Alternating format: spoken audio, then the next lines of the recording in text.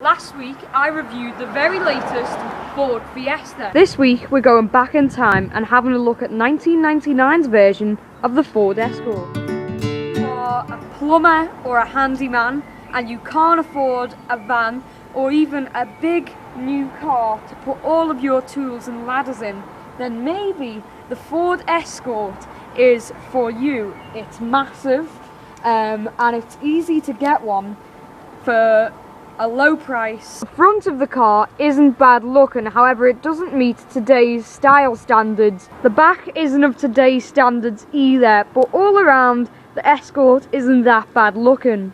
Here in the front there is plenty of room and all the controls seem nice and spread out and easy to reach. Because this car is from back in 1999, interior plastics are very dark and very black. Even though everything is dark black in here, it still feels nice and light. That's thanks to this sunroof here, which can be opened in two ways, but unfortunately it's manual. Here in the back it feels nice and cozy, but again it's just dark materials, and even with the sunroof it feels a little bit dark in here. There is plenty of legroom for an adult, but if the seat was on its highest setting where it comes out the most, then they would struggle. Headroom isn't bad either, but a very tall adult would struggle in here. Also here in the back you can tell the car is from 1999. There's an ashtray in the back of here, and this is considerably dated because they are thinking about banning smoking in cars. To open the boot you have to either use the key or press the driver's foot operated pedal, neither of which are very convenient for today's standards.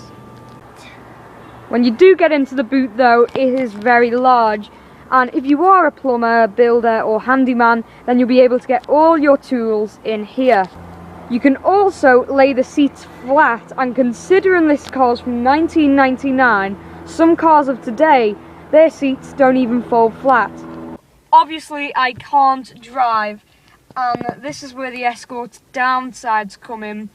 It doesn't drive very well, it's quite noisy and sluggish, which is really why I recommend this Escort if you just want a runabout to fit all of your things in, all your tools, everything that you need, and to drive from place to place. You get virtually nothing as standard in the Escort.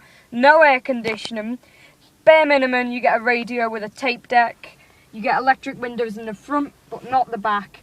It's a very safe car, but it's not the safest. You also get a sunroof.